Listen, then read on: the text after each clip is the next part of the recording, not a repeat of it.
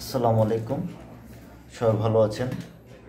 নতুন বাংলাদেশে কেউ কারো কথা শুনে না ভাই, এটাই নতুন বাংলাদেশ। যে যার মতো ইচ্ছা যেটা করার কথা সেটা করছে, মানে যেটা কথাও না সেটাও করছে, মানে যার যা ইচ্ছা সেটা করতে পারে। নতুন বাংলাদেশ যদিও নিয়ন্ত্রণ নাই, কোনো রাজনৈতিক দলের কোনো নিয়ন্ত্রণ নাই। এখানে মিডিয়া বলেন, এখানে যারা রাজনৈতিক দল তাদেরকে কোনো আক্রমণ করার সাহস নাই। মিডিয়া অফিস তাদের শত্রু। কেন শত্রু?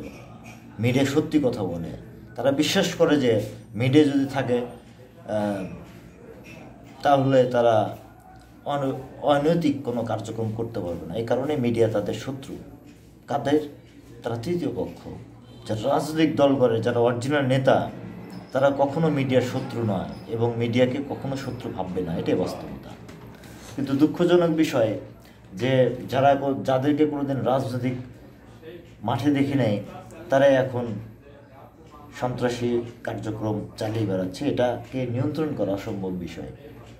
কোনো রাজনৈতিক দল, যেমন আওয়ামী লীগ তো নাই এখন বিএনপির একটা সুসময়ে থাকার কথা, কিন্তু বিএনপিও সেই সংগঠনের যারা কর্মী তাদেরকে নিয়ন্ত্রণ করতে পারছে না। এটা খুবই দুঃখজনক একটা বিষয়, যার কারণে এখানে মিডিয়ার উপর বারবার হামলা হচ্ছে।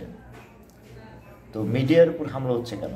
মিডিয়া সত্য কথা বলে, সত্য কথা বলার কারণেই বিএনপি বলে যে এটা আওয়ামী লীগের ধারার সাংবাদিক তারা, আর আওয়ামী লীগ বলে তারা বিএনপি ধারার সাংবাদিক।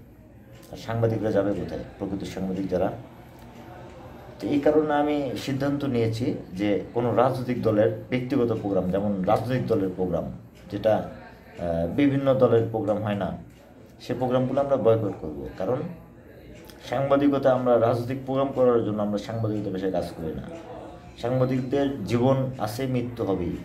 মৃত্যুর ভয় করে আমরা সাংবাদিক পেশায় কাজ করি না, যারা কাজ করি।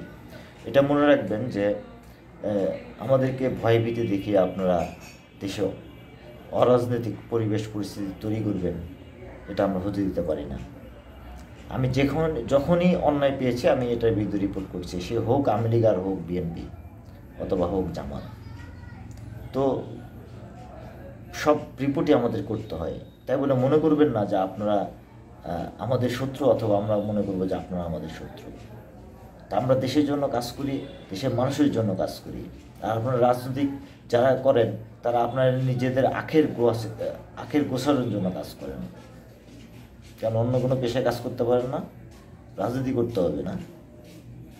আমি তো রাজনীতি করি না, তারপর ওকে দেশে বাস করতে হলে কি রাজনীতি করতে হবে?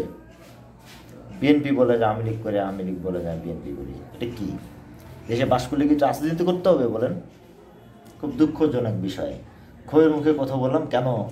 যে বিএনপি এখানে কিছুদিন আগে লাঠি মিছিল করছিল, কোনো আওয়ামী লীগের বাসা অথবা দোকানে হামলা করার এবং বারান্দায় দাঁড়ানোর মতো সাহস পায় না। অথচ সাংবাদিক, যাই আমি 8 সাল থেকে বিএনপির সাংবাদিকতায়, বিএনপির যতগুলা বিপদে নিউজ, ওদের রাজনৈতিক যে প্রোগ্রাম সেগুলো আমি কাভারেজ করছি। আওয়ামী লীগেরটা করছি। আওয়ামী লীগ ক্ষমতায় বেশি ছিল, তাদের প্রোগ্রামগুলো বেশি করা হয়েছে, কিন্তু বিএনপি প্রোগ্রাম মাঝখানে কমে গেছে। আর নতুন প্রজন্ম যারা, ওরা তো দেখেন নাই বিগত দিনে বিএনপি কী পরিমাণ নির্যাতন সহ্য করে রাজনীতি করছে। এটা আমি ছবি তোলার সময় আমি নিজের গুলি কানের বিরুদ্ধে চলে গেছে, তারপরেও বিএনপির নিউজ কাভারেজ করছি আজকে। অথচ বিএনপি যারা পরিচয় দেয় সাংবাদিকের সাথে, সাংবাদিকদের বিদ্বেষমূলক আচরণ করেন এবং আমাকে নিয়ে ফেসবুকে যারা কমেন্ট করছেন, আমি সবাইকে মনে রাখছি ভাই, সবাইকে মনে রাখছি। জীবন মরণের কথা নিয়ে আমি সাংবাদিকতা বিষয়ে কাজ করি, এটা মনে রাখবেন। তো যারা রাজনীতি করেন সব দলের নেতাকর্মী, কিন্তু ভাই আমি এমন সাংবাদিক, এমন কোনো রাজনীতি করি না, এটা আবারও বলে দিলাম, আমি কোনো রাজনীতি করি না। কিন্তু আমার সাথে রাজনীতি করতে হলে জীবনে যদি পোস্ট না থাকে, আপনার ওই রাজনৈতিক নামের কোনো দাম নাই। পোস্ট নাই তো কোনো দাম নাই। কিন্তু আমার মেধা তো আপনি খেতে পারবেন না ভাই। আমার মেধা আছে, বহুত পত্রিকা আমাকে ডেকে নিয়ে চাকরি দিবে, এটা মাথায় রেখেন। আমি এমন সাংবাদিক। খোদা হাফেজ, ভালো থাকেন, আসসালামু আলাইকুম।